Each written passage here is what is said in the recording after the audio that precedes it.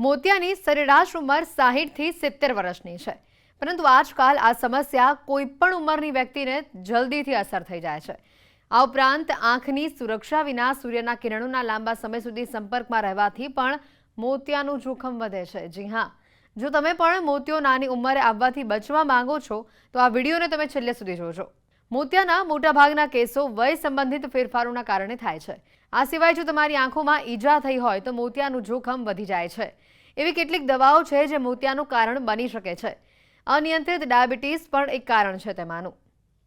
મોતિયાના લક્ષણો: નબળી રાત્રિ દ્રષ્ટિ, લાઇટની સામે જોવાથી આંખોમાં અંધારા આવવા, રંગોમાં ઝાંખું દેખાવું, વાંચન કરતી વખતે વધુ પ્રકાશની જરૂર પડવી, સૂર્યપ્રકાશ અને તેજસ્વી પ્રકાશ પ્રત્યે વધતી જતી સંવેદનશીલતા, ચશ્માના નંબરમાં આવતા વારંવારના ફેરફારો।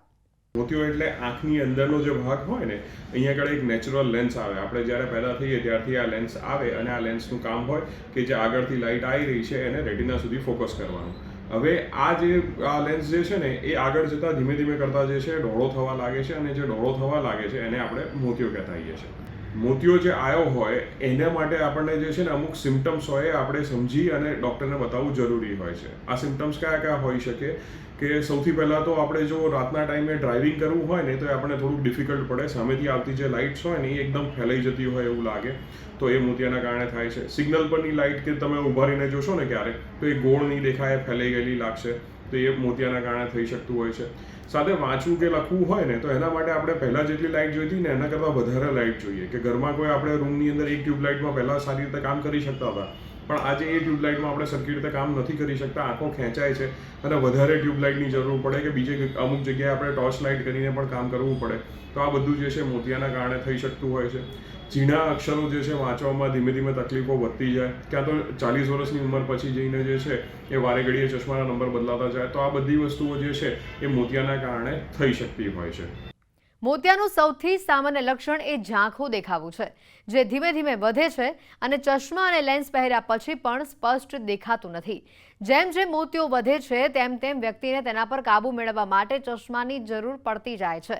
કેટલાક લોકો રંગોના પીળા પડવા અથવા તો વિપરીત સંવેદનશીલતા ગુમાવવાનો પણ અનુભવ ધરાવે છે। કેટલાક લોકો મોતિયાના કારણે ડબલ કે ટ્રિપલ દ્રષ્ટિનો પણ અનુભવ કરે છે, એટલે કે સામે એક જ વસ્તુ હોય પણ તેઓને બે દેખાય।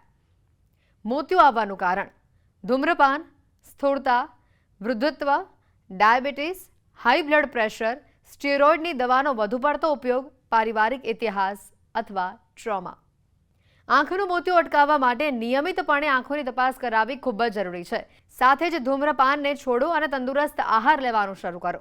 એન્ટીઓક્સિડન્ટો ધરાવતા ફળો અને શાકભાજી પુષ્કળ પ્રમાણમાં ખાઓ અને સૂર્યપ્રકાશમાં બહાર જતી વખતે યુવી બ્લોકિંગ સનગ્લાસીસ અચૂક પહેરો।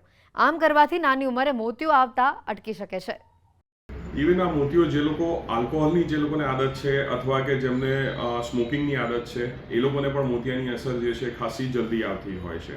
અને સાથે જે લોકોની સ્થૂળતા વધારે છે, જે લોકો વધારે એક્ટિવિટી ડે ટુ ડે નથી કરતા હોતા, એ લોકોને પણ મોતિયો જલ્દી આવી શકતો હોય છે। હવે જો આપણે આ મોતિયાથી બચવું હોય તો એના માટે જે છે એ આપણે સ્મોકિંગ કે આલ્કોહોલની જે આપણી આદતો છે એનાથી દૂર રહેવું જોઈએ। આપણે જો તડકાની અંદર બહાર નીકળી રહ્યા છે તો પ્રોપર જે એના પ્રોટેક્ટિવ ગ્લાસીસ આવતા હોય છે, જે સનગ્લાસ આવતા હોય છે, એનો યુઝ કરવો જોઈએ।